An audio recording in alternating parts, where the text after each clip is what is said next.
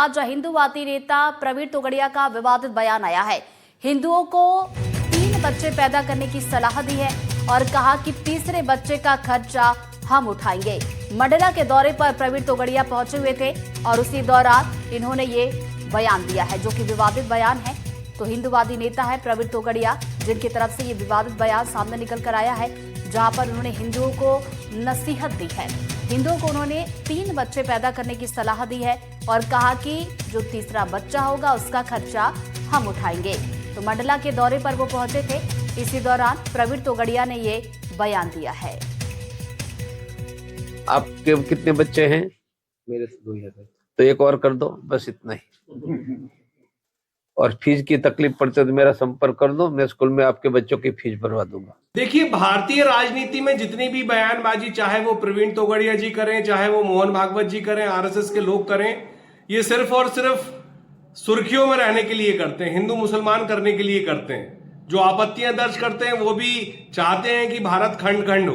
भारत देश संविधान से चलने वाला देश है, लोकतंत्र से चलने वाला देश है।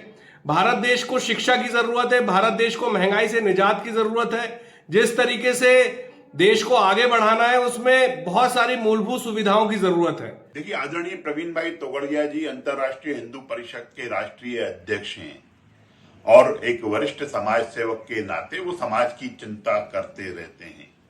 उन्होंने बताया कि परम श्रद्धेय सरसंघ चालक आदरणीय मोहन भागवत जी हिंदू राष्ट्र के लिए काम कर रहे हैं। तो उन्होंने तो स्पष्ट रूप से कहा है कि भारत अपने आप में हिंदुस्तान हिंदू राष्ट्र है। यहाँ रहने वाला हर आदमी 140 करोड़ की जनता वो हिंदू है, यह इसमें कोई दो राय नहीं है।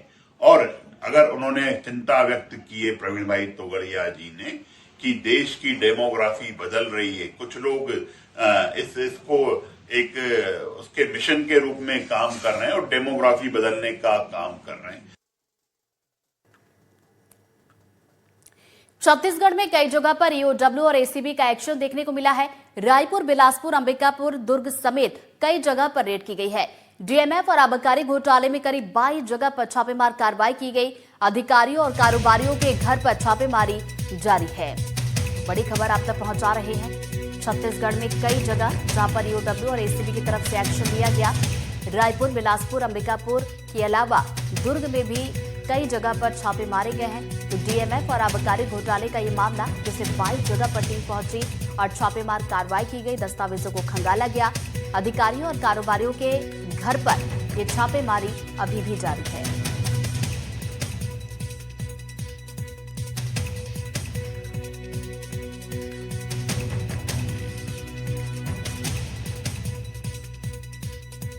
एसीबी और ईओडब्ल्यू ने आज सुबह से ही प्रदेश के 18 ठिकानों पर कार्रवाई की है और ये कहा जा रहा है कि डीएमएफ घोटाले से जुड़े हुए जो भी अधिकारी हैं और जो व्यापारी हैं उनके ठिकानों पर ये कार्रवाई की जा रही है, जिसमें दुर्ग भी शामिल है, अंबिकापुर भी शामिल है। राजधानी रायपुर के लाविस्टा कॉलोनी में सुबह ईओडब्ल्यू की टीम पहुंची थी और मेरे पीछे की जो तस्वीरें हैं ये दिखाते हैं। ये राजीव अरोरा का जो है बंगला है। हालांकि यहाँ से अभी जो गाड़ियाँ हैं वो यहाँ से जा चुकी हैं और ईओडब्ल्यू की टीम भी यहाँ से जा चुकी है और पूछताछ की गई है। लेकिन अभी ये जानकारी नहीं है कि राजू अरोरा को वो अपने साथ लेके गए हैं, नहीं लेके गए हैं, लेकिन उनके जो परिवार के लोग हैं वो घर के अंदर हैं, वो अभी बाहर निकल नहीं रहे हैं। तो अभी जो है ये कार्रवाई चल रही है और ये कहा जा रहा था कि आईएएस अधिकारी निरंजन दास के आवास पर भी ये कार्रवाई की गई और जब बात निकल कर आई थी कि लाविस्टा कॉलोनी में ये निरंजन दास के आवास पर कार्रवाई, लेकिन यहाँ के जो लोग हैं जो उनसे अनौपचारिक बात हुई तो उनका ये कहना है कि उनका भी यहाँ पे पहले बंगला हुआ करता था, उन्होंने बेच दिया। लेकिन ये राजू जो अरोरा हैं उनके आवास पर ये कार्रवाई, उन्होंने भी करोड़ों रुपए के जो है डीएमएफ से जुड़े हुए जो कार्य हैं उनको किए हैं और प्रदेश में एक बड़ा घोटाले के तौर पर डीएमएफ को चर्चाएँ होती रही हैं। और जब छत्तीसगढ़ में भारतीय जनता पार्टी की सरकार बनी और उसके बाद से लगातार इसमें कार्रवाइयाँ हो रही हैं। ईओडब्ल्यू और एसीबी की टीम लगातार अलग अलग समय पर पहले भी कार्रवाई की गई है और अभी जो कार्रवाई की गई है तो प्रदेश के 18 ठिकानों पर हैं और ये दावा किया जा रहा है कि इसमें कई ऐसे दस्तावेज मिल सकते हैं जिससे ये खुलासा हो सकता है कि ये जो घोटाला है एक बहुत व्यापक था, क्योंकि और आईएएस अधिकारियों का और जो व्यापारी हैं, राजनेताओं के बीच के जो सिंडिकेट था उनके जरिए शासन के पैसे को जहाँ पे ज़रूरत भी नहीं थी उन जगहों पर और जमकर भ्रष्टाचार किया है और ऐसे दस्तावेज मिल सकते हैं। और ईओडब्ल्यू की टीम सुबह से ही अलग अलग ठिकानों में तमाम दस्तावेजों की खंगाली कर रही है और जो डिजिटल साक्ष्य उन्हें जुटाने की कोशिश कर रही है। रायपुर से जुल्फिकार अली, एनडीटीवी के लिए।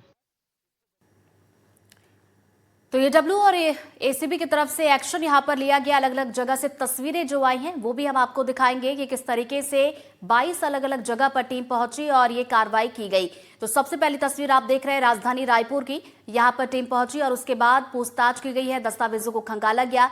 इसी तरह से देखिए दुर्ग की अगर बात की जाए तो यहां पर भी एसीबी और ईओडब्ल्यू की तरफ से एक्शन लिया गया है। तो देखिए किस मामले में एक्शन लिया गया ये भी हम आपको बता दें। डीएमएफ और आबकारी विभाग घोटाले का ये पूरा मामला है और इसी मामले से जुड़े और सबूतों को इकट्ठा करने के लिए, जांच करने के लिए टीम अंबिकापुर भी पहुंची। इसके अलावा कोंडागांव, जगदलपुर और बलरामपुर से भी वो तस्वीरें सामने निकल कर आई जहां पर टीम पहुंची और दस्तावेजों को खंगाला गया। अगली खबर कोंडागांव से है जहां पर एसीबी और ईओडब्ल्यू का एक्शन अभी भी जारी है। कारोबारी कोनार्क जैन के घर से टीम निकली है। तो कोनार्क के बाद चोपड़ा मेटल पहुंची है जांच टीम और बंद दुकान का ताला खुलवा कर इस मामले की जांच की जा रही है। तो कोंडागांव से खबर आप तक पहुंचा रहे हैं। एसीबी और ईओडब्ल्यू की तरफ से लगातार एक्शन लिया जा रहा है और अलग अलग ठिकानों पर टीम पहुंच रही है और कार्रवाई कर रही है। तो दस्तावेज यहां पर खंगाले जा रहे हैं। डीएमएफ और बता दें कि आबकारी घोटाले का ये पूरा मामला है। आज पूरे छत्तीसगढ़ में 18 जगहों पर ईओडब्ल्यू और एसीबी की कार्रवाई यहाँ पर देखने को नजर आई।